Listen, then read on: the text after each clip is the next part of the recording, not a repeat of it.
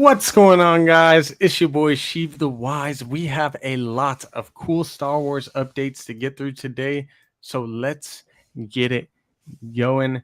I got my friend Star Wars Obsession here today as well, although he might be a couple minutes late, but I hope you guys are doing well. Happy Thursday. Let's dive into the stuff and get the music rolling. All right, so first order of business. There was potentially a big Ahsoka casting recently that I want to talk to you guys about because it could mean some really cool things for us Star Wars Rebels fans. So let me get my notes up so I can get this straight to you guys. Recently, actor Dane DeLegro, who was a former basketball player and was also Predator in the recent Prey movie, he basically spoke with IndieWire and said that he was filming with a Star Wars project, basically. He said that he worked with Marvel recently and Lucasfilm now too, and it was a great honor to basically be working with both. And the dude is also 6'9", like I said, a former basketball player. It makes you kind of wonder what he could be doing in Star Wars or what he could be doing in any of the upcoming shows. My good friend Star Wars Obsession, it's good to see you here, my guy. How you doing? What's up, dude? What's cracking? What you been up to? I haven't seen you in forever. Not too much. It's been a bit. It's been a while. Before we get too far into it, I do want to say big shout out to my friend Star Wars Santa. There's, some recent unfortunate news involving his father. So go send some love to him. Shout out to you, Star Wars Santa, sending prayers and love to you and your family. I believe there is also a link to his GoFundMe as well for his father's medical expenses too. So if you guys can go support, I know it would mean a lot to him, and it would definitely mean a lot to me as well. Yeah, man, that's a huge bummer, dude. I was listening to the stream earlier. I was like, oh man, that's brutal. Awful, man. I mean, it's especially a loved one. Like it's terrible. Yeah, I mean, it's good though. There's a lot of people out there that want to support the cause. So we'll see what happens. We might end up doing some Patreon streams where we just throw that out there. So yeah, we'll see what's cracking. Nice. Yeah, I don't know. We'll see. Definitely. It's awesome to see how the fandom has kind of reacted. I mean, even Darth Melvin was, sending some love in the chat and everything. Yeah, I saw that also. It's cool to see how many of us Star Wars fans really do care about each other. So, well, and it's a tough ride. I mean, it's it's not easy to, number one, to do what we do. But then when real life hits and you got to take a step back, it's a huge bummer. That it is. Because it's what we like doing.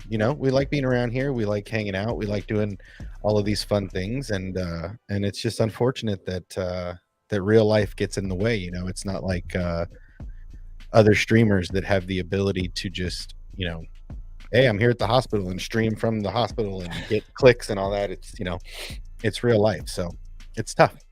It is. But so what else is going on? I've been seeing you do a lot of little videos with the Star Killer. Been watching you get some down on the Star Killer. Definitely. It's been a blast playing through the old Force Unleashed games. I mean, I love Sam Witwer and Star Killer, so it's dope that you're able to actually play those on the new PlayStation Plus kind of like thing. That's how I've been playing it. Is like there's a premium where you can play the old games, so it's been really fun to play through them. Yeah, I think and I always buy at the wrong time. I buy everything at the wrong time. I want to get a PlayStation VR set up so that I can play Vader Immortal. But I hear the second version of the PlayStation VR is coming out like at the end of the year, so it's like, I guess I'll wait because then I can do videos on both. So oh my god, that's so mean. He's just mean. Brutal. He won't want to hang out with me anymore is what it is, and he's just being mean, but that's okay. He can be mean. He's got a thing, a little bit, put it on in the background and listen to us and just put them on the background to help them get some views.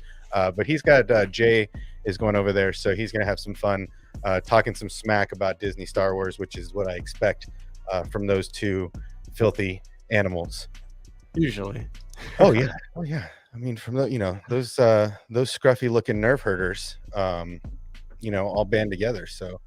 Yeah. But yeah, I mean, there's I'm feeling pretty good, dude. I went through Kenobi again, nice, because I was cutting some videos. I cut a video today, and I needed some Kenobi footage, and so while I'm cutting it, I got it on in the background.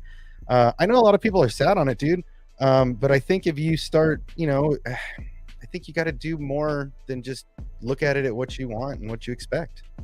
Yeah, like look at this man out here sounding like Hondo. I smell profit. He's saying profiling, but it looks like profit.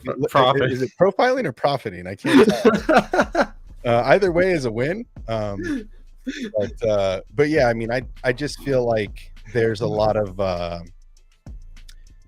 depth. I just did this. I just released this video, not even probably 10-15 minutes ago, just about disconnecting from the Force, and that just lights a brush fire for the fandom. And I saw you just uploaded that.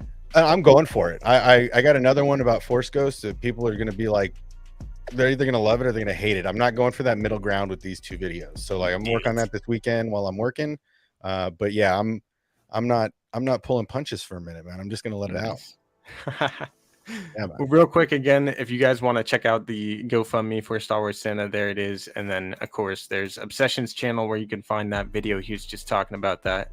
And then Star Wars Santa's channel as well. And now I want to talk about that real quick with you too, and then we will get back into the news that I was talking about a little bit, because I want to get your thoughts on some of it. So definitely agree with you that the Kenobi show, like I think a lot of fans are definitely, as much as some might be sad on it, I think there's a lot of people that watched it and had good vibes and good thoughts about it too. Like a lot of us really did enjoy it. Like there's and the thing is, there is the loud minority, and then sometimes it's the loud majority too. But I think there is a lot of us that are quietly still watching the show, or quietly super enjoyed it. Like we're not out there blasting.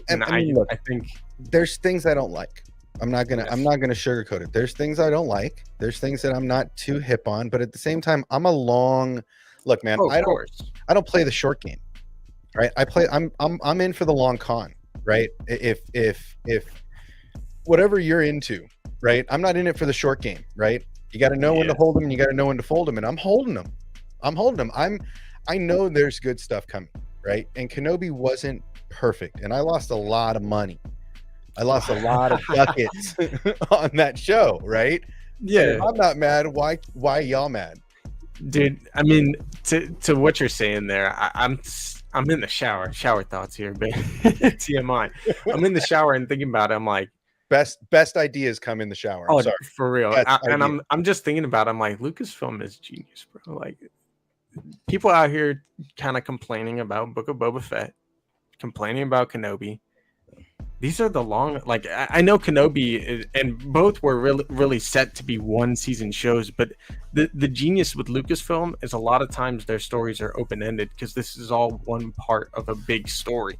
And that's the thing. These timepieces they're putting in are the in betweens. Yes. Right. And so there's a lot of room for them to have some fun, and I just feel like people are. I mean, I guess I'm gonna be the jerk. I guess I'm gonna be the jerk here, but I think everybody's just too uptight. Like, get the stick out of your ass is how I feel about it right now, because it's you're expecting them to let you write the shows for them.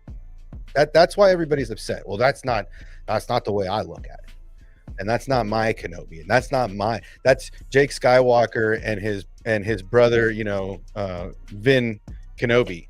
Right. I mean, that's, and I'm just not behind that. I dig the show. I dig where they're going. I love so much of what the visual. I mean, if you watch that thing on anything but 30 frames, you're missing out. Oh, for sure, for sure. I mean, sorry, it's tough with TVs these days, and so everybody's talking about that. So. Settings, dude. I think we need to do a stream on settings and just setting your TV to watch Kenobi, because that thing was shot like a film, man. It's crazy. When you change it to like movie setting from standard setting, it moves in a completely different way that makes you feel like you're immersed, like you're in that moment. I watched the Vader scene with it on movie mode today of him dragging that girl by the face through the street, and I'm like, oh my god, he's right next to me. It's just, dude, there's just so much, like, oh, people were upset. What was it? The Imperial March. Like he didn't walk into the Imperial March down the road on Tatooine, and I'm like, he dragged a woman down the street by her face. He snapped a boy's neck in front of his father. Dude, he took Kenobi with the Force and said, eat this fire, my guy. Take it revenge style. Like, it's really funny. So I've been like down these rabbit holes right now, like deep down these rabbit holes. And I got a couple of videos coming out, but the one thing I noticed the most about Vader right now is when he's one-handed, he's toying with that person. But when he goes, like, you watch him in the second fight with Kenobi, and he's got his lightsaber, and you can see his bottom hand is like getting ready, right? And you can tell when he's playing with his food, right? Oh, yeah. Like you see it in Rebels with Ezra. He's just like, right? The first time Luke and him face off at the carbonite chamber, he's one hand, boom, boom, right? It's nothing is serious, right? But when he feels like he's in danger, that's when he goes back to that Anakin, you know. Yeah, or when he's like, the anger is coming out, you know. Right, that's right. Yeah. So if you really watch that first Kenobi fight, he's playing with his food. He's literally like stabbing him in the leg and like slashing it, you know. For sure. Because he wants to get him out. He wants to bring back that person that he fought the first time. Yeah. I loved Kenobi, man. I freaking loved it. I've watched it so many times, dude. I've watched it so many times now that I'm going down these rabbit holes, and I'm just befuddled at how much people hate it. I mean, dude, I lost money on the Vader Kenobi fights. Oh man. Dude, I just, you know, I never go into Star Wars expecting things to happen. Like I have hopes, and there's a lot of speculation. Sometimes I'm like, this is for sure gotta happen, right? Like I want to see Thrawn and Andor, but that's probably not likely, especially season 1. I mean, dude, you don't know. You might see this figure in the background. It might not be in the forefront, but it might just be somebody in the background, right? Because you know he's around during a lot of these times. Here's the thing, though.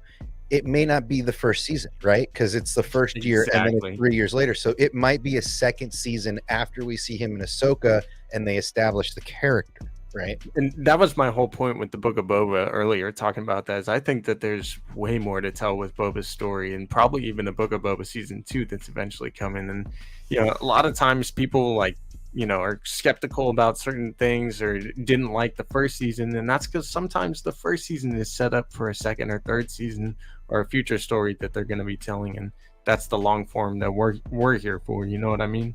Well, look, I mean, I know everybody knows storytelling, right? And that's what we continue to talk about is like, well, these guys don't know storytelling.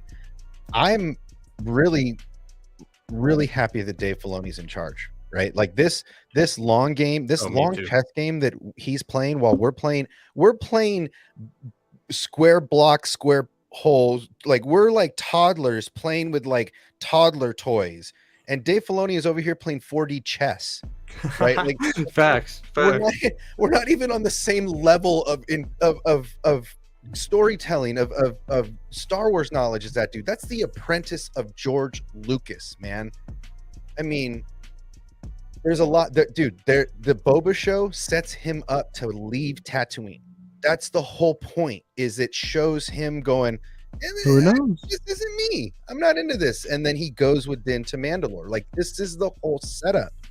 I mean, I guess if you wanted Boba to just come back and start bounty hunting and chopping off people's heads, and then, you know, then he makes no relationships with Din and Bo-Katan. Like, he's got to be friendly enough to build relationships. That's what I was thinking about today, pre-shower, and then of course the shower thoughts happen. But you know what you need? A China marker in there.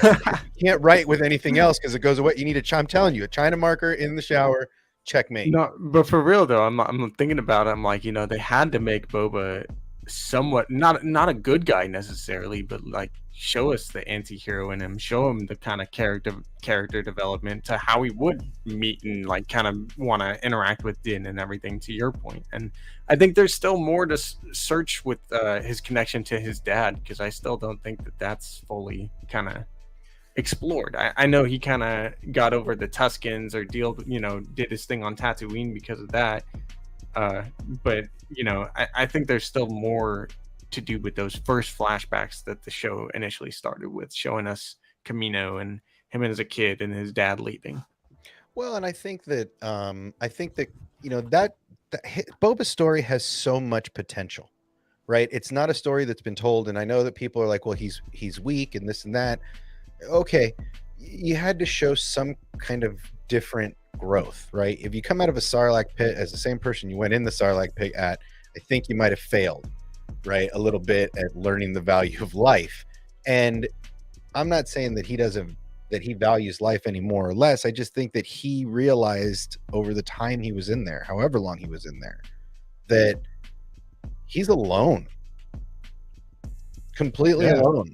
Like, he says it all the time. I'm just a man trying to make it my way through the galaxy. But he's solo.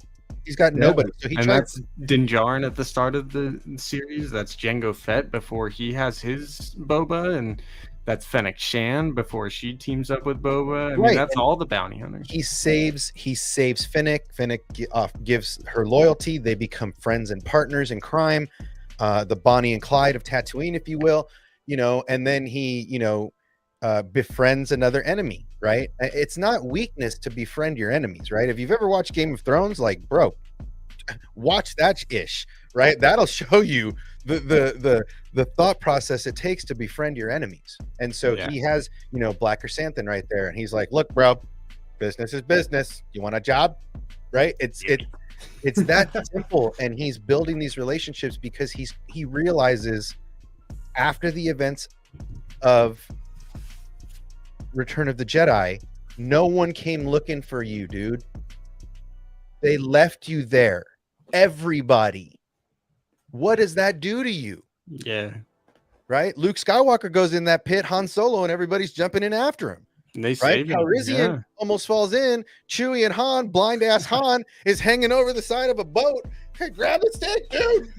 Hold on, let me blast him. I'm blind. I can't see shit. Hold on. I'm gonna blast him. Hold on. Right? Like this, his buddies are trying to go in and get him, and then Boba falls in, and it's like nobody comes to get you.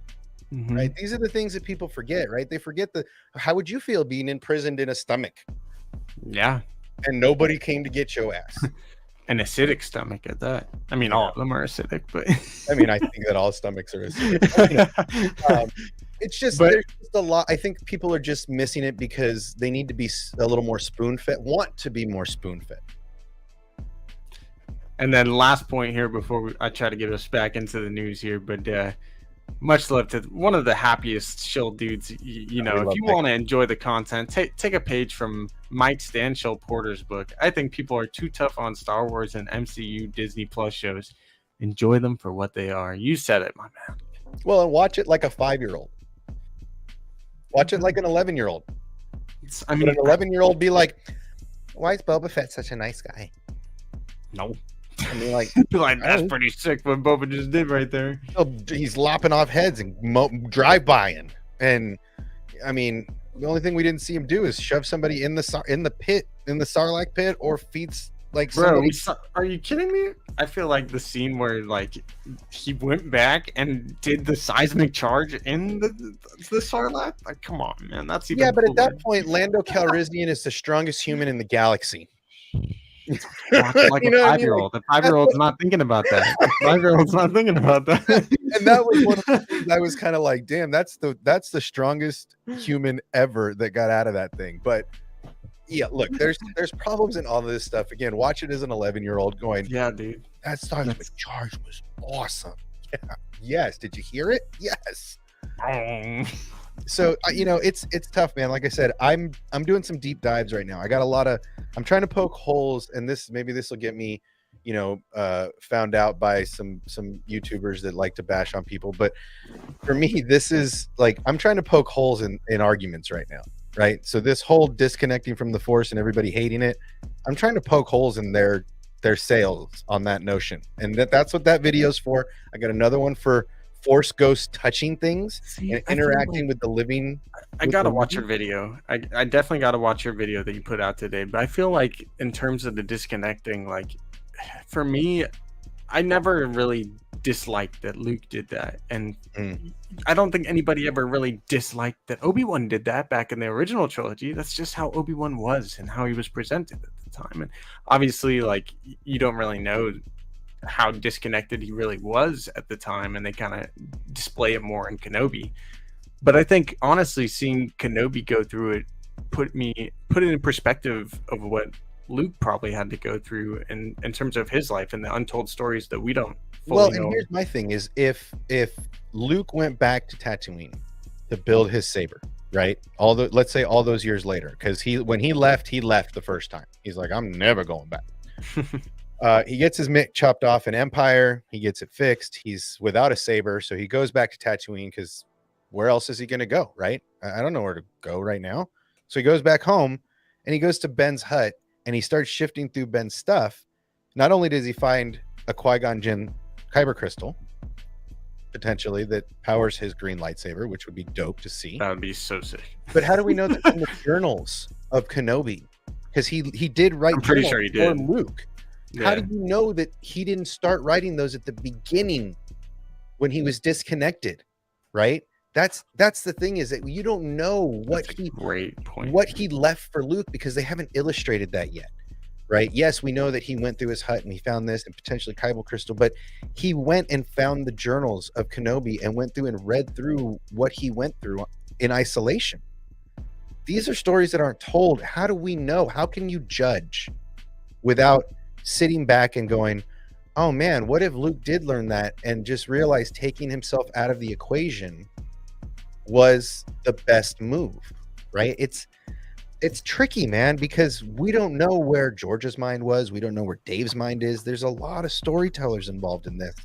And unfortunately, Star Wars does not do a good job of Dave Filoni talking. They need like the press secretary for the president. They need that shit for like Star Wars and Marvel. I feel like that's not really him though. And like, you go to Star Wars Celebration and you hear the dude talk, and to your point, that's all you really need as a fan, is to just listen to the dude, hear what his thoughts are on it. you were at the panels, bro. I didn't make it to any of that shit, and you made it to those panels, and you got to listen to the man. I only get to listen to him through my headphones, dude. Like, being there and experiencing it live is one of those. I mean, for example, and I'm sure this is going to lead into your news, and maybe this will be a good segue. But for example, Dave coming out of an edit and talking about Ahsoka being a religious experience for him. There you go, bro. He creates the character. Everybody dogs the character for years. And then he makes her so good that she's now the focal point of her own show in a critical time in Star Wars. Focal point of Star Wars right now. And he is having a religious experience in there. In the edit, seeing it on the screen for the first time. Like, dude, that's all I gotta know. I don't have to know. No, I mean, I can relate to Dave, because at Celebration, I was lucky enough to see the finale of the Clone Wars, the final 4 episodes. Right. And listening to him talk about Star Wars after, and just what Ahsoka was going through and her thoughts, and how, I mean, I retweeted it on Twitter at one point, and you guys can check that out or try to find it, or I'll try to find it and put it in the Discord. But just hearing what he had to say about Ahsoka's thoughts, and how she didn't really want to kill the clones, and like just how she's genuinely just wanted to be a good person. It wasn't about Jedi or any of that stuff. She just wanted to be the best person and help as many people as she could. And that's just, I don't know, man. There's something special about the way the dude words it. Well, and it's his character. It's a character that a lot man. of people weren't excited about, and he made her journey perfect. So it's just an interesting. And I think, to your point and to his about this whole spiritual experience, like I've been preaching it on the channel lately, but this dude has been thinking about this Ahsoka show for God knows how long. Like, it's gonna be perfect. It really is. Well, okay, so I mean, yeah, it's gonna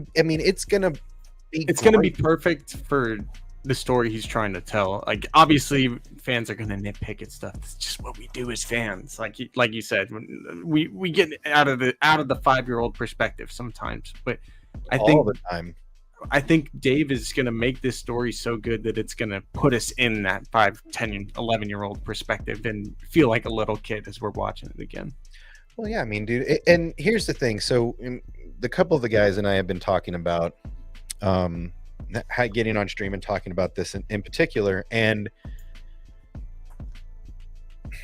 EK, there's a lot of chitter chatter around about how they're not going to take the story that E.K. Johnson wrote for Ahsoka into the canon realm, and that's going to be another great story lost to the cutting room floor of the current administration, right?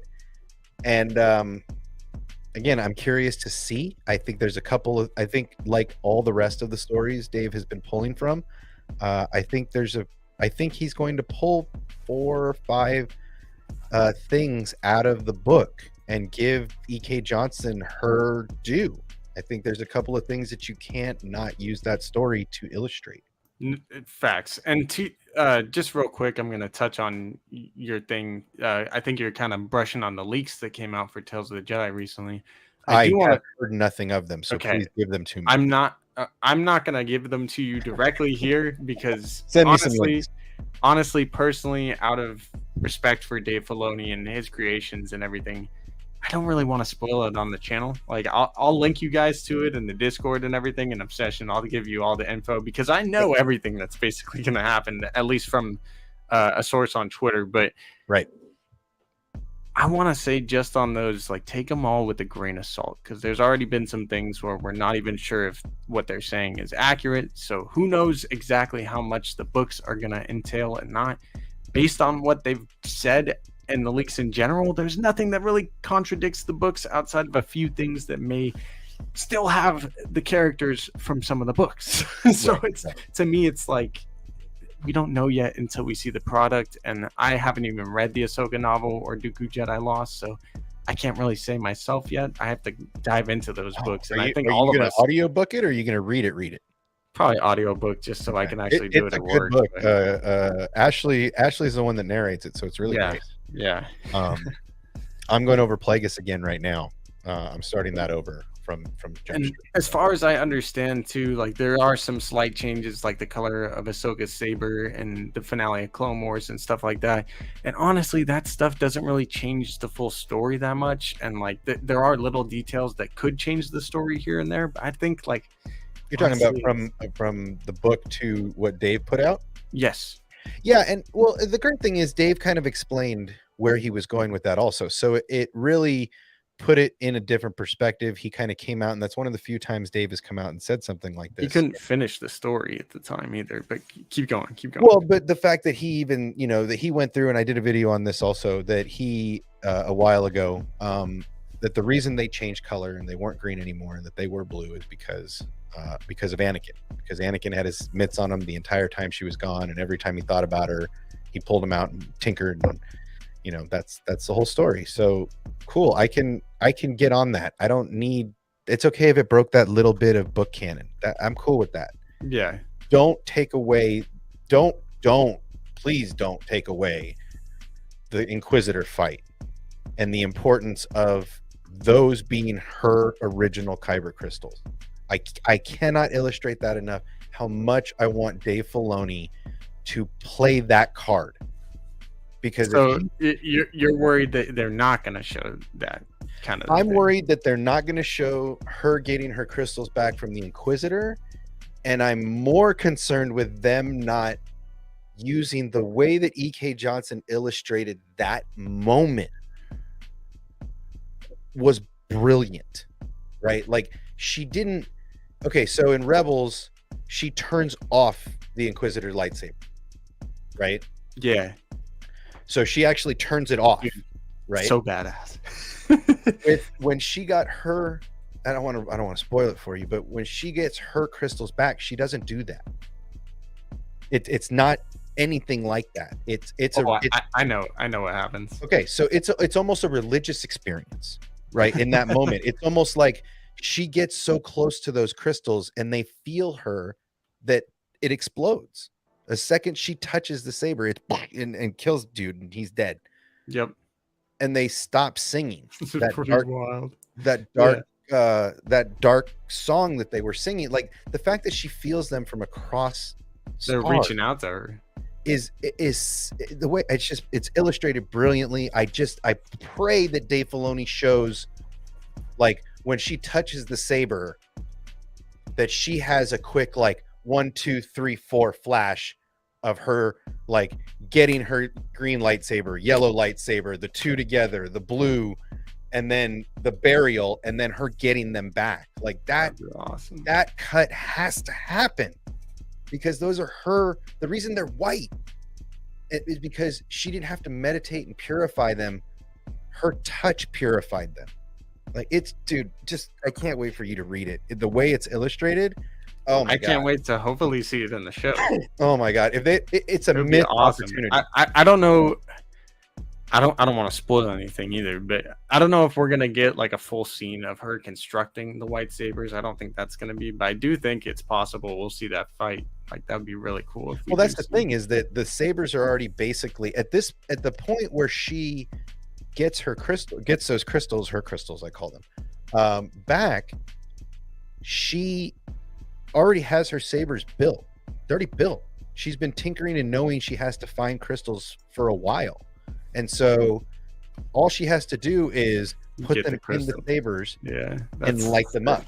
Right. So like it's an instant. That's why I'm saying that moment can be replaced. The building of the sabers can be replaced with a quick flash, a 3-second flash of this kyber crystal, the blue lightsabers, and then her bearing them. Boom, spark them, and it's white. Yeah. Like that's all you have to do. And oh my God, it's just a missed opportunity if he doesn't handpick little things from the E.K. Johnson. It doesn't have to be verbatim. Yeah. I don't expect Plagueis to be verbatim, right? For Acolyte or any of that. I don't expect it to be verbatim.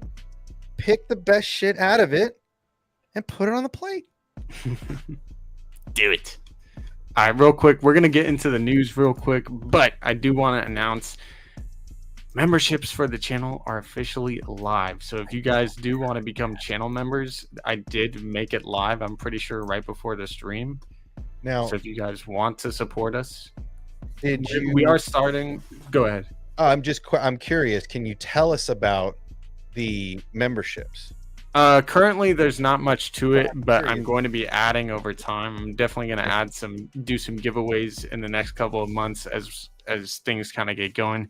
I'm in the process of a move, so that's kind of part of it. So right now I'm going to get working on the emojis. There is a post up for new channel members. So for those of you guys just coming in, you can kind of get a rundown of some of the stuff I'm hoping to bring pretty soon here. And then there's definitely going to be more stuff in the future too. There's only one membership, level 2, which I think is either $1 or $2. So I just wanted to make it accessible and for anybody that does want to be able to support the channel. Yeah, dude. Thank you guys for either that's way. So let's get into the news here. There was an official Star Wars post on the Instagram page giving us the Andor schedule. So it gives us the official schedule, and the first 3 episodes are dropping September 21st. And then we get episode 4, September 28th, episode 5, October 5th, episode 6, October 12th, episode 7, October 19th, all the way to November 23rd. So it's going to be covering most of the back half of the year. I'm wondering if there's going to be much time for any other shows other than that, really, unless they're going to double up like we did kind of think they will.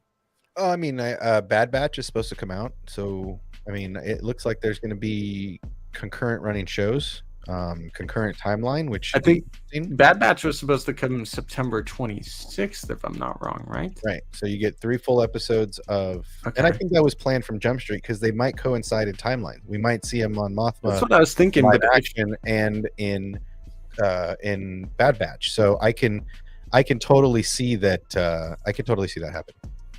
I've been thinking for a long time the two shows could cross over in some aspect. I'm still really hopeful that they will. But the fact that they switched up the Andor dates, I'm curious now if Bad Batch might even get pushed back a little bit, or if it will come out September 26th. That means we'll get two shows, but not on the same day, because there is no September 26th release for Andor. So it seems like, I don't know what day September 21st is going to be, but it might be Friday for Andor's again. Well, and like I said, I mean, I think it would be wise to skip a week if they're going to give us the Bad Batch, because look, they could be setting this up timeline wise and basically going, okay, well, we give them the first 3 episodes, that puts us 6 months in, then we have a Bad Batch episode that's about 6 months in, right, to the or however long, 6 months to a year, same thing as Andor. So we're going to have the first 3 episodes. It's going to get us well into the rebellion, right? And possibly the Bad Batch episode is coming in right about the time in the Andor timeline, so that they are moving together during that. I honestly, at first I did think Andor and Bad Batch could be the same time, but I've learned a little bit more about Andor since then, and Andor will be back like the back half of the Imperial era for the most part. I'm curious when some of the early Andor stuff will take place. So like when he's a kid, and I think the first 3 weeks. So those first 3 episodes potentially, that so maybe those episodes could entail some stuff going on there with the Bad Batch and whatnot, if it is earlier on in the timeline, like you're saying. You know, I think that would be the best time, because you do the first 3 episodes, that gets us 6 months that gets us 3 to 6 months into the Empire, into the start of the rebellion, and then like I said, the Bad Batch timeline is right about that 6 month to a year mark. At this point, we see Omega getting older, so we have these 2 timelines that are running together, these 2 shows that are exactly at the same time. Maybe there's, in the Bad Batch episode, they're at the same time, and then after that episode they split off and Andor goes on its way and Bad Batch goes on its way. That would be brilliant storytelling. That would be, because then you're seeing both sides of that coin. Mike Porter, it should be active now. It should be active now. Oh, did you have to push go? I think there was a turn on thing I maybe didn't push. Yeah, so it should be on now. Epic fail. All right, let's go. It's like a little tiny button. I didn't see it. It's okay. Hey, the fact that you're here. All right, there you go. I'm membered. I'm your first member. There you go. Checkmate. Yeah, I think we'll see. I think that may be why maybe they push things back a little bit, because they wanted to give us that full story before the Bad Batch release. At least that's my hope, so that we know, Yeah. Appreciate you, Star Wars Obsession, and Steve Starenko for becoming new members. Much love, brother. Yeah, dude. That's how you do's it. Hell yeah. All right, so let's get back into the news, though. Slurpee costs more than $1 today. Let's be honest. That is true. I mean, man, I spend on Starbucks coffee in the morning. Exactly. Dude, they should sponsor you. They should. But getting back into a little bit of the Ahsoka stuff, I don't know if you heard about this. So Dane DeLegro, we talked about at the very top of the live stream, but Dane DeLegro, who was the Predator in the recent Prey movie, so good. He says that, talking to IndieWire, that he's going to be filming on an upcoming Star Wars project. He basically said that he was working on. Sorry. You're good. You're good. I was trying to click back on yours. I was like, I heard another person talking. I'm like, whoa. Hold on a second. Basically, he talked with IndieWire and said that he was working with Marvel recently and just wrapped up with them, and now he's shooting with a Lucasfilm project. And he basically said it's honored to be a part of both. He is a former basketball player, and the big thing that fans are pointing out is the fact that Dane DeLegro is 6'9". Now, the current projects that are shooting that he could possibly be a part of are the Skeleton Crew project that is being shot, I think, in Manhattan Studios and also one other location or a couple other locations. And then also the Ahsoka series. So a lot of people are wondering with the 6'9" height of this character, could Dane DeLegro be playing Gareth Zeb Aurelius or Zeb from Star Wars Rebels? Yes, he could. Dude, I would freaking love it, man. I've seen some of his stuff from I haven't checked out Prey. I really want to, but I've seen some of his stuff kind of acting as the Predator and a few other of his works, and I definitely think he could embody the actions of Zeb really well. Like whether or not he actually does the voice for him or not, I'm excited to see if this guy is actually Zeb, and I think he could do a great job if he did play him.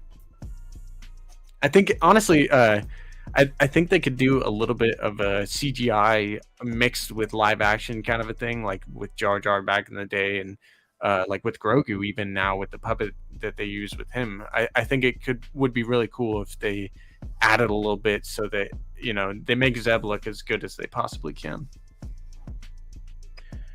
Yeah, I do feel like this is a good opportunity to bring in the crew of the Ghost. You've already got somebody cast for Sabine. You've already got somebody cast for obviously Ahsoka. You've got a Harrison Dula. Zeb is the next. Zeb is the next obvious step, right? Zeb is the next big thing to complete that crew and then Chopper's a breeze, bro. Chopper's the easiest part of that because that's just another brilliant build from the people at ILM, right? So really this is for me, I think it's a win for them to bring in the Ghost crew. I think we're going to see also, I know people are going to hate this, but I think we're going to see the Martell sisters. The Martez sisters? Martez? Is it Martell or Martez? I think it's Martez. I think it's definitely possible we could see them, seeing as they were part of Bad Batch. Heck, I wouldn't be surprised if they're in Bad Batch Season 2, seeing as in that trailer they talked about needing all the allies they could get and everything. So yeah, maybe even Ahsoka shows up in Bad Batch Season 2 at that point. But I mean, look, at this point, here's the only thing with regards to Ahsoka and regards to Bad Batch, at this point in the Ahsoka timeline, she should be hiding. Yeah. She should be trying to be Ashla. She should be trying to be invisible, right? And this is another thing that we talk about is that canon? Is it not canon? We're going to find out. But really, at the end of the day, it's she should be gone right now, and that's why Rex is with the sisters, right? Because Ahsoka put the only people in the galaxy that she could trust are the sisters and Rex. There is no one else. So she puts those two people together, those two groups together, and then says, I gotta go. I put you all, just like Luke, I'm putting you all in danger. I shouldn't be here. Yeah, true that. Right? And she tries to go and erase herself. She can't do it, man. Yeah. Can't erase herself. Yeah, she has to help. She can't stand watching the injustice in the galaxy. So real quick. Welcome to the dark side, Daniel Fisher. Welcome, Nerd Mafia. Jared Dyer, welcome to the dark side. My bad. Go for it, Obsession. No. I'm honestly watching 3 different streams at once right now. I've got so many people in the background. Every monitor in my office has something different on it. Look, I mean, do it. Welcome to the dark side. You're gonna have to cut a sick video for that. You have to do a sick video, bro. Otherwise, I'm just gonna keep doing it. You're just gonna keep doing it all by yourself. You gotta have that on a button. Yeah, dude. I think it's important that people realize that Ahsoka was gone. Ahsoka was off and being invisible during this time, and she felt like she put people in danger because of anything. Who could Vader sense other than her, right? Like, she didn't know, but she knows the Inquisitor. She knows people are out there after her. The whole army of the Clone Army is after her. So she's got to erase herself, and then you see Rex start assembling the team, right? He got Gregor, right? Gregor's already on the team now. Now he's got to go get Wolf this season. We're going to see Rex get Wolf, and maybe the Bad Batch gets sent to go get Wolf. Cody probably too, I would think. No, see, I don't know, bro. I think Cody was in the trailer. I know he Cody definitely was to die. That's what I was gonna say. Is I don't know if he'll make it out. Is the thing. The thing, watching those two battle solo would be like like blasters on blasters, and then like knives, and watching those two go at it solo might be awesome. Probably would be. I mean, that's the only way I want to see Cody. Look, everybody's like Cody over. Yeah, I mean, you know, Cody over Rex. Like, why didn't we see Cody and Kenobi? Why didn't they push that storyline? You know what? I'm gonna say it here. Screw Cody. Had no remorse when he shot Kenobi. He's like, "Yes, Lord Sidious, blast him." Right? That was it. Blast him. Right? I hope we got him. Nobody could survive that fall. Right? That was it. Done. Yeah. Didn't go looking for a body. Didn't need to verify. Didn't shed a tear. Rex is like, how do you? Hey. Real quick, in his defense, how do you know that wasn't his inner thoughts going? Maybe the real Cody probably would have been like, "Let's go." His make hands sure weren't dead. even shaking. He was like, "Blast him!" Where you saw Rex was like, "Find fives," right? Like Cody was like, "Kill that mother effer," right? It was no thought, no hesitation. I'm sorry, dude. I don't feel bad if Cody dies, and I think that Cody coming. I'm gonna make a video on this too. Cody coming back to protect Luke for Kenobi is hippopotamus shit. I'm sorry, kids. I said it. It's total crap. Cody would not, unless even if he had his chip removed, right? Kenobi trusting Cody after he literally like gave him his saber and then shot him in the face. Like, sorry, not sorry, bro. It's not real. So I do have some tidbits that are rumors out there for the Ahsoka series. If you do want to, I'm in, dude. Like I said, Kenobi was the one. I wasn't initially going to, but it makes me kind of curious. And Star Wars Meg brought it up in her video this morning. But basically, and take these with a huge grain of salt, but potential spoilers. So, take that. I like tacos. Let's go. Apparently, they could be making a giant wolf head and maybe this is, why it was such a religious experience for Dave, but they could be making a giant wolf head similar to what they did for the Rancor. And it could be that they have Loth wolves. And I'm curious, and this is kind of more me speculating here, but what if Lothal is a big part of this Ahsoka show? See, I don't really think Lothal is going to be the premise. I mean, again, I could be wrong, and you guys know more than I do, but I feel like Lothal that story's played, right? When we first get introduced in Rebels, Lothal's under the Empire, and when we leave it, it's free and thriving, right? And so it kind of feels like there's more to Lothal, though. Right. But the temple has been erased. Ezra deleted that temple, so that temple is no longer on Lothal. That temple has now been deleted from existence, just like Camino from the archives. So for the Ahsoka show, they have to find Ezra. There's no world between worlds that's going to bring Ezra back miraculously, right? It doesn't feel like, I know everybody likes the artwork and they're playing that card, but without Ezra, the world between worlds doesn't work. How do you know? He's the only one that could access, right? He accessed it because of Ahsoka, though, and Morai was inside it. He accessed it. Sorry, he didn't access it because of Ahsoka, but his being there was all for the purpose of bringing Ahsoka back. Well, no. I mean, the purpose of him entering the temple was to beat Sheev to the temple. Get in before the dark side, right? Get in before the Inquisitors. Get in before Palpatine can show up. That was always supposed to happen. You didn't know what was beyond the door, right? Nobody knew what was beyond the gateway. And then Ezra goes through the veil, right? And now has complete access to time. And through him, he activates the portal. There's a reason that Palpatine goes after Ezra and not Ahsoka when he's coming through the portal. And he says it. Okay, you got Ezra, some points there because Ezra, the finale, show me the way, right? That's what he says. Ezra, show me the way. Ezra, show me the way, not Ahsoka, right? Welcome to the dark side. Ezra is the key to the world between worlds, right? And that's why Palpatine knew that. That's why he tried to play him after the temple went down, because he knew that Ezra was the only one that could get in. He didn't go try to find Ahsoka. He didn't try to find anybody else. He knew that kid has that power, and I don't. And I'm the most powerful Force user in the universe right now, and this kid can do something I can't, that no one can. Interesting thoughts. I mean, I don't even think Luke Skywalker could get in that temple. The only thing that I'll say is that Palpatine, even though Palpatine couldn't exactly get in, I think he was still able to conjure with Sith kind of magic stuff a portal to it, because and he could see it, right? That's the thing about Sith alchemy. It's all about visions, right? The same way that Dooku and Palpatine screwed with Yoda during Yoda's visions. They use Sith alchemy to see. Okay, so here's a thought then.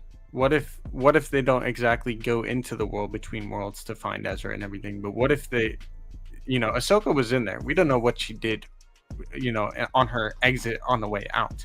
She could have walked to trying to find her way back to, the Mortis temple and everything. I know they were kind of close, but they did try to run from Palpatine, and she walked him back. She went back to her gate, right? So Morai was leading her through the gate. So Morai, being the sister, right? Yeah, of course. But I guess my point of this is, what if she saw some where some of the other portals are, and instead of going into the world between worlds, they use one of the portal things to see where Ezra is? Well, again, I mean, I'm all about it. And if that's the way they're going to use it, like a mirror, like a magic mirror, so to speak, I'm all about it. I don't want to see anybody but Ezra unlocking the world between worlds. Ezra has, we've talked about this, the Force balancing itself, of course, right? Yeah. So if Anakin was the product of Plagueis's, manipulation of the midichlorians and all that stuff, then Ezra is a direct response by the Force to Order 66, right? So and Luke and Leia, those three, because they were born within days of one another. Empire, they were all born on Empire Day. Well, Luke and Leia were born the day after. Technically, technically Ezra was born on Empire Day after. I mean, come on, space. Yes, I'm going to get space time. We're going to call it the same day. We're going to Force distributed the Force. Close enough. These three people at the same time, right? But Ezra, there's something special about that kid. There's something special about his connection to the Force, and there always has been. I mean, just look at his adventures in the Temple of Lothal, right? He went in the temple and talked to Yoda the first time he's entered the temple. Him and Yoda are having a legit conversation about how they lost the war. First time in the Jedi Temple, he's supposed to be having a vision to get his kyber crystals, which he did, but then he's literally having a conversation with Yoda on Dagobah. Like the Grandmaster. Right? Finding out if he's worthy, bestowing that kyber crystal upon him. Ezra didn't find it in a rock. Yoda basically bestowed that to him. Like, here you go. The world between worlds. Right? Ezra's sitting on one of those rings when he's talking to him, right? I mean, this kid's connection, and then the second time he goes in, he sees Yoda this second time, right? His connection to the Force is so much deeper than people give him credit for, because he was just a boy. No, right? He's Ezra is literally one of my top 3 favorite characters in all Star Wars. I mean, his character progression from being the street boy on Lothal who literally was on his own from 7 years old. The Aladdin of Lothal. Basically. The street rat of Lothal, living in a high tower somewhere off in the distance. But, Ezra's a great character. It just seems like the Lothal edge has been played, I would like to see, because the Empire's gone, I would honestly like to see Ahsoka take the crew of the Ghost to Coruscant. Well, so I don't think if Lothal is in it, I don't think that's going to be a big part. I think it could be just them trying to go through the routes of searching, and also because Sabine is there. I think that's the only scene we'll get is her picking up Sabine. Fair enough. So honestly, that's where you start the show. Yeah. You duplicate that last scene of I say you could start it with Caladan and her after her meet up with Din Djarin, and maybe her being like, all right, I gotta go find Sabine. I think that happened after. I think the meeting with Sabine happened after the Mandalorian. I think it happens or I think the meeting with Sabine happens after the Mandalorian. Yeah, it has to, because she's got that's what I was saying for her. Yeah. So that happens immediately after. So once she finds out information on Thrawn, that was the first objective. Yeah. So what if it starts with her on Caladan going to find Sabine on Lothal?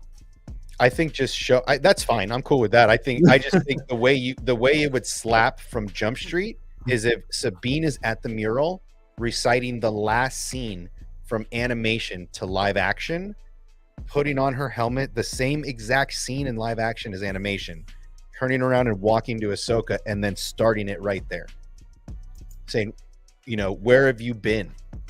Like, we needed you. And she, then she can tell Sabine over the course, like, I was on Malachor the whole time, and I had to stay out because I would have screwed with time and space, paradoxes and whatnot. See, I've seen Rebels like 6 or 7 times, and now I'm having struggle remembering, like, if he told them about it, finding Ahsoka in there. He probably did, and I just can't remember. But let's see. So I would assume that he told. Well, Kanan's gone, so I don't think anybody really would have asked him, because they came out in the temple's gone, Kanan was really gone, things changed, and then the next minute he's gone. Like, he's gone within days of that temple going down.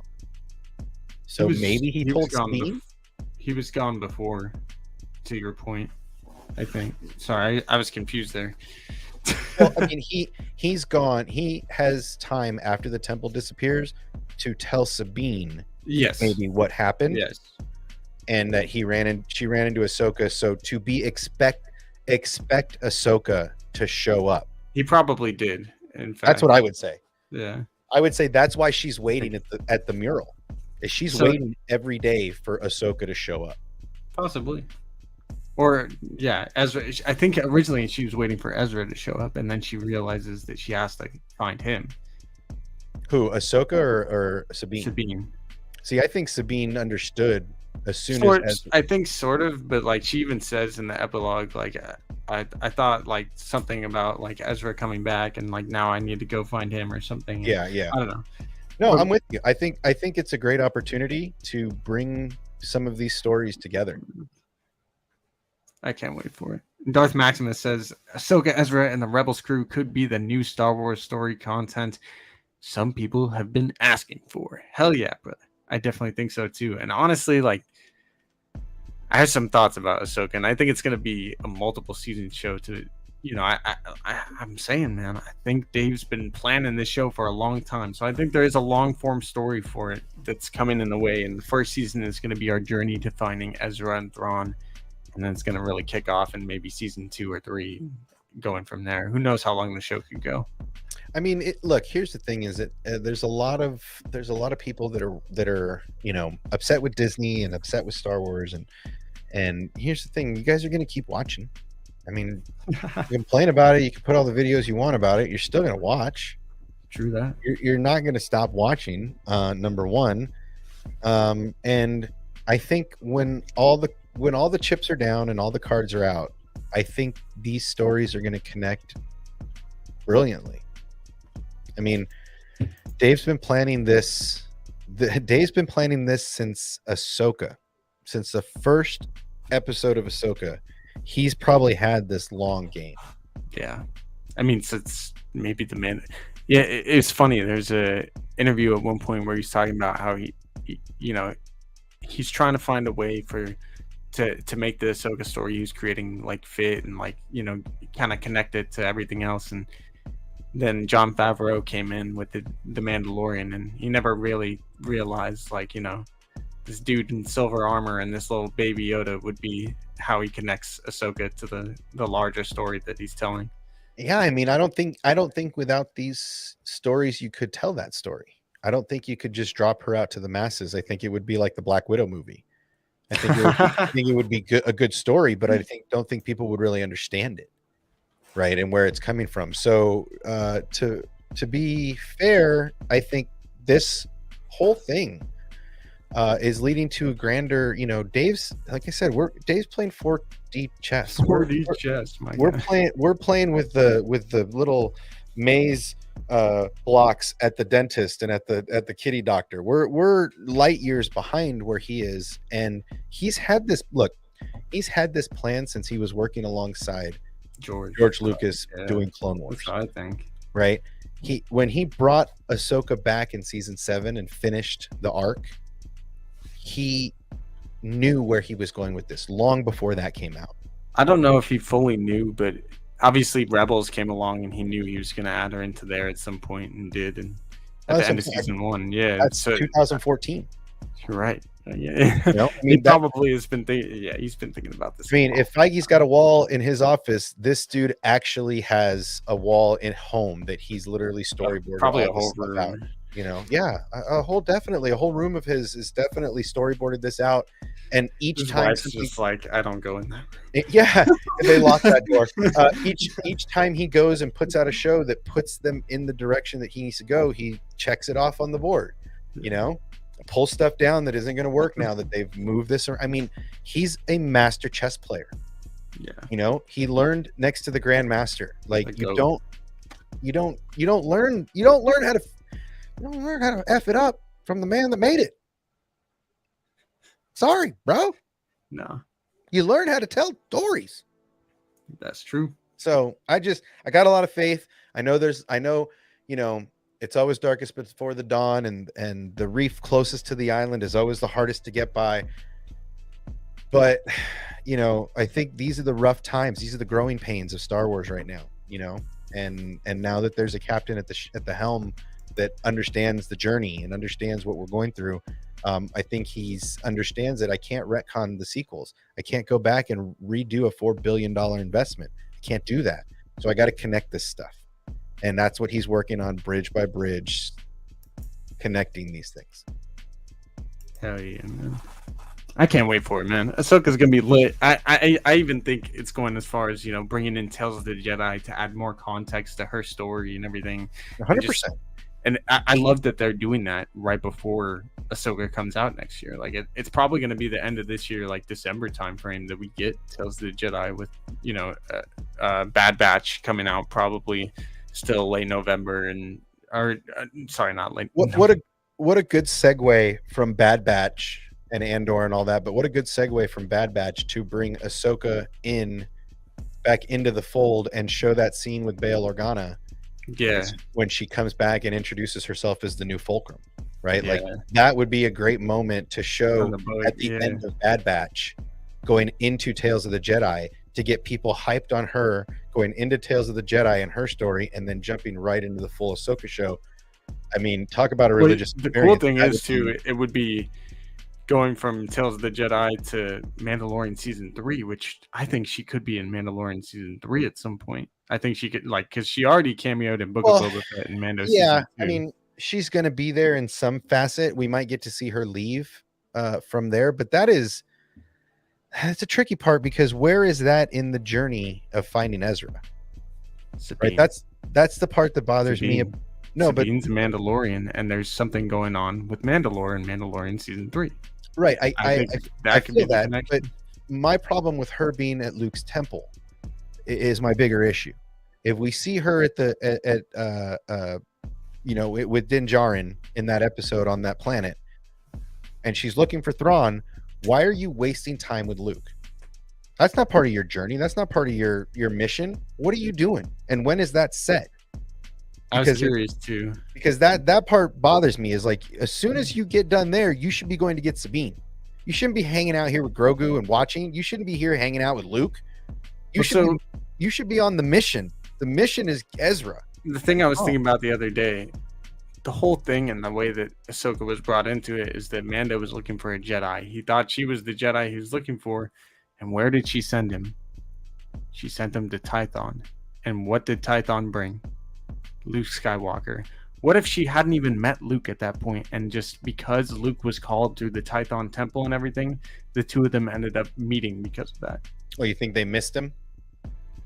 No. You think they like were together, and then they missed Grogu at Tython, and then he gets rescued and delivered to Luke, or Luke comes and gets him, but Ahsoka's already at the temple?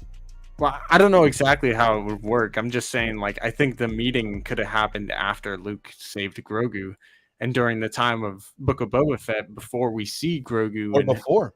That's when the two of them meet and how they already know each other at that point. Yeah, see, I wasn't a big fan of that to begin with. I wasn't a big fan of those two meeting. I think I was kind of like, I want to see that. Well, I don't even want to see it. I don't want to see it at all. I didn't want it to happen at all. I think those two being completely separate was better. I didn't want her to tell him about Anakin. I wanted Luke to learn about Anakin, right? I didn't want Ahsoka sitting here telling him stories about his dad, right? I wanted Ahsoka to be on her journey and then maybe meet up with them later. I didn't want her to be involved this early in the game. I feel like that was a misplay. Bringing her in to even have these conversations with Din and all of this. I think it's going to be cleared up more in Ahsoka anyway. Yeah, I don't know, man. I think I just don't like the placement of you come in sabers blazing to get information on Thrawn. You're adamant about it, but then you go hang out with Luke at his temple for who knows how long. You're not biding time. I mean, that's the part that really chaps my ass is about seeing her and Boba. Here's my thing. So what if this is how it kind of goes? What if after she sends him off to Tython and she's on Caladan, let's say this is how the Ahsoka show starts. She's on Caladan after he goes off to Tython. Mm-hmm. From there, she goes to pick up Sabine because she's like, all right, we got to go get Ezra. It's time to go find him and everything. She picks him up.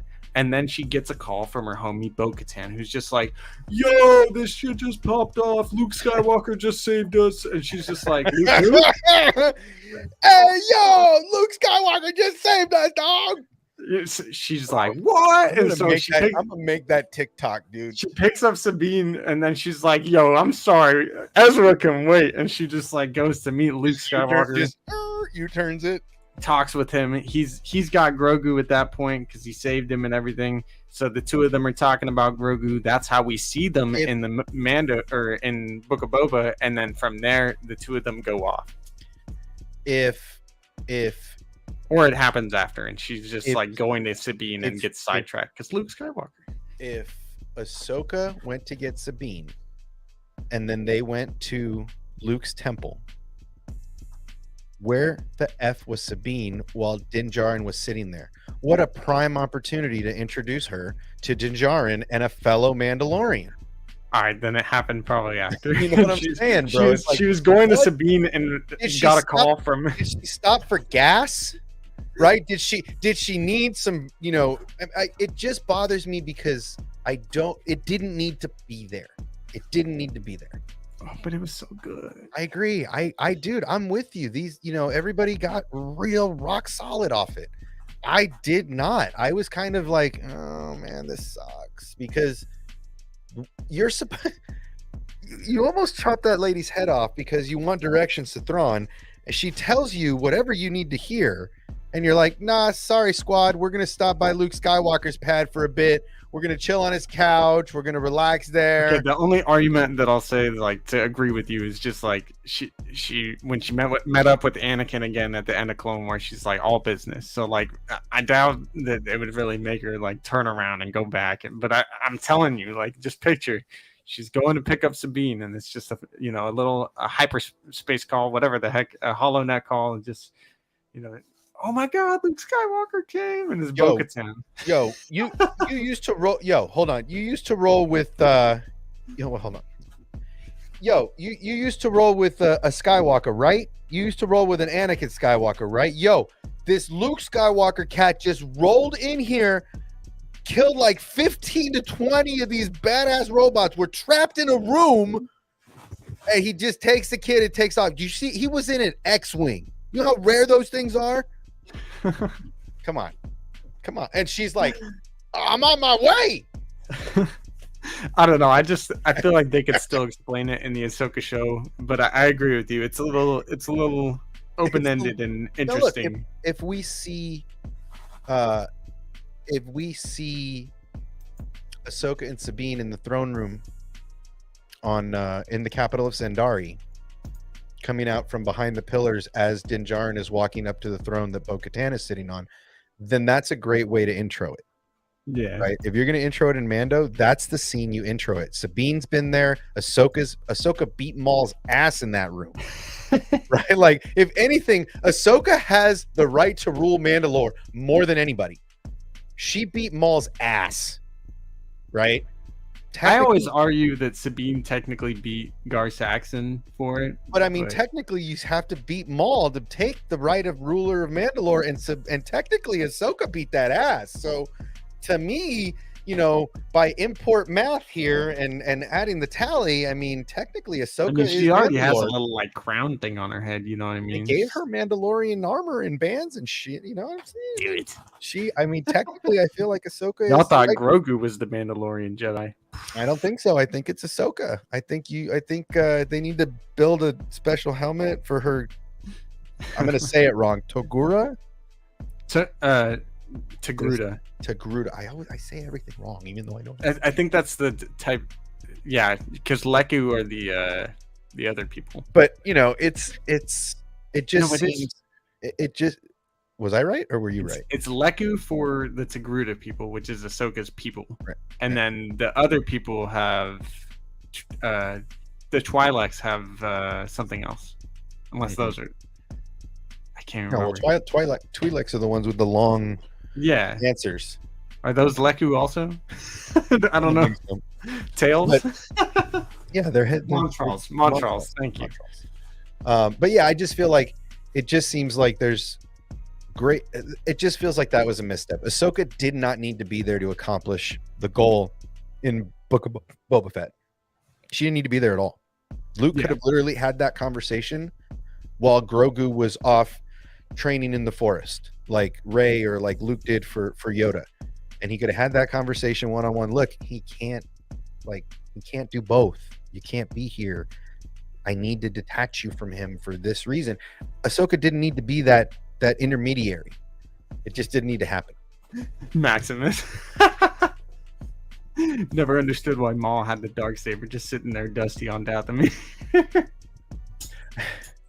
Well, I mean, I thought he would have had it on him the whole time he was ruling Mandalore, but what a great way for nobody to be able to challenge him for it. I mean, yeah. Hold on.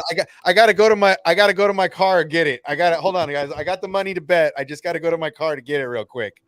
I think the darkest thing about that scene is the fact he's got a whole little shrine to Satine.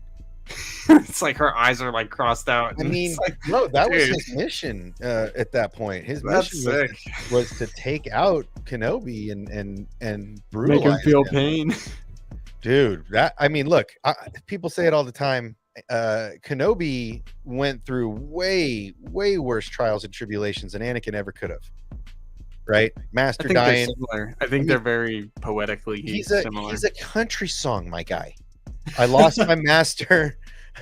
I lost my master. I lost my girl. I lost my Jedi Council. I lost my brother. I lost the order. Like, he's a country western song, dude. And now we're going down the sands of Tatooine. And Anakin just felt betrayed.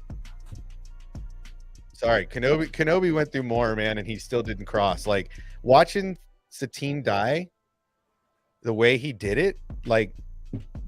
Prime opportunity to turn, professing her love to him. Yeah, like at that moment, what better way to rage? And Kenobi's like, "Take me to my cell. Just kill me. Like, just take me to my cell." Shouldn't joke about that. But then, and then you got what? And then he's like, Bo-Katan. Oh, that was your sister, huh? I'm really sorry. That was all my fault. right? Like he knows it's all his fault, right? Because he didn't close a wound early, right? And he even tells Ahsoka that cut him down if you get the chance. Like he will come. He's like a bad case of herpes. He just keeps coming back all the time, right? Jesus, You get the chance to kill him. If you get the chance to get rid of herpes, get rid of it for good. Do it. Top it off. But yeah, I mean, look, dude, it's there's a lot of reasons why Kenobi had the opportunity to go dark side and he didn't. And there's, Ahsoka. It's just a fitting way to get into that. To those characters is you're in Sindari. Sabine helped Bo win that crown. Now Din has the Darksaber. There's 3 people that have held the Darksaber in that room. Right? Like, what a great intro for that. Oh, yeah.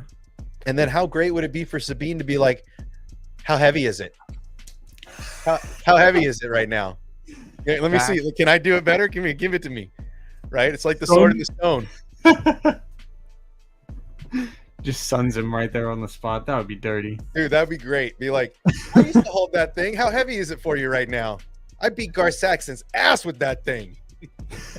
What's up, Hawks Holocron? Good to see you in the chat, my guy. Oh, man. Caleb Richardson says, end credit scene of Mandalorian Season 3 is Thrawn in command of a Chiss Ascendancy fleet with Ezra in an Ascendancy uniform. He's joined Thrawn in preparing for an I can't even say it. Intergalactic threat. I'm down for it, man. I'm working on videos, but go for it, Obsession. Because I'm all about it. Let's do it. Yeah. I mean, Dark Ezra, I mean, he always had a tendency anyway. I don't even know if that's the thing. Like, I don't think Ezra will ever fully go to the dark, but I think if there's a big enough threat out there, Thrawn could definitely convince him to help them out. And I think Ezra would even be like, dude, you guys need to help us with this because this is bigger than just Thrawn being a bad dude. Like, well, yeah, I mean, the thing is there's, there has to be a bad. Right. And that's the thing is, right, in the first season, it's got to be Thrawn. It's got to be the hunt for Thrawn. They can't find Ezra in the first 10 minutes of the show. No. Right? So it's going to be clues on clues and battles on battles and, maybe working with friends and other shows, a lot of cross-pollination going on in this show. But I'm eager to find out. I'm eager to see the live action Sabine Wren. I'm really eager to see what they do with Zeb. That's a hard character to do. You're going to CGI the shit out of that thing. Heck yeah. I think Dane's going to do a great job if he's actually Zeb and portraying him, and that'll definitely help them probably too. But for sure, Lasat's going to be a tough character to play, a lot like a Gungan. I feel like it's going to be a tough sell. I think you could do it similarly with the Predator kind of movements, though. Like just some of this, I'm telling you, man. Check it out. And what's better is, the Lasat are lanky. And they're basically hairless Wookiees, is how Kanan kind of describes it, right? So, like, what better way to play that than somebody that could play Chewbacca, right? Somebody that could fit in the suit, to be the Lasat. That, and it's just about posture at that point. But yeah, I mean, I don't think it would. I honestly, I'm more excited for the true killer of that crew to show up. I'm more excited for a live action Chopper. Honestly, me too. I saw people in the chat already excited for him, man. The fact they brought him out at Celebration, dude. Probably the thing I am most excited about is to hear Dave Filoni voice Chopper in live action, dude. Like let's go. Can we get a scene with Trapper Wolf and Chopper, please? Right, dude. Right. I mean, I'm most excited to see them bring live action Chopper into the mix. That's all. That's aside from the Ahsoka show, all things being equal, I think that's the thing. I'm like, if they do that and Dave Filoni voices that, I'm in, dude. I'm into that because I mean that's like JJ voicing Dio. Yeah. Right. Like it's kind of. It is. I kind of like. I love that Dave does it, man. Yeah. All right, Joe. I think I got to get out of here, but it has been an awesome conversation. Thanks, Obsession, for being here. Go check out his channel. Anything else you want to say before you get on out of here? No, dude, just check out the channel, see what's going on, and we're making our way to the 750 mark, and then we're gonna make some announcements. Yeah. For the we got to figure out giveaway stuff, but yeah, man, we're getting close. So yeah, we're just trugging along. That's what's up. All right, one more time though, I want to make sure that everybody knows to go help out Star Wars Santa. Much love to him. I want all of us, the Star Wars community, amazing place of fans that really come together when other fans are in need and everything. So, Star Wars Santa, make sure to just send some love, reach out to him. His dad was in an accident recently, and much love to you, Brian. I hope you're doing all right, brother. Before we get out of here, though, make sure to smash the like button, subscribe to the channel if you are new. We got some more videos on Thrawn coming up this next week, some more live streams next week as well. Hope you guys have a great rest of your night, though. Happy Thursday, everybody, and may the Force be with you. Yeah! Always. Peace out, y'all.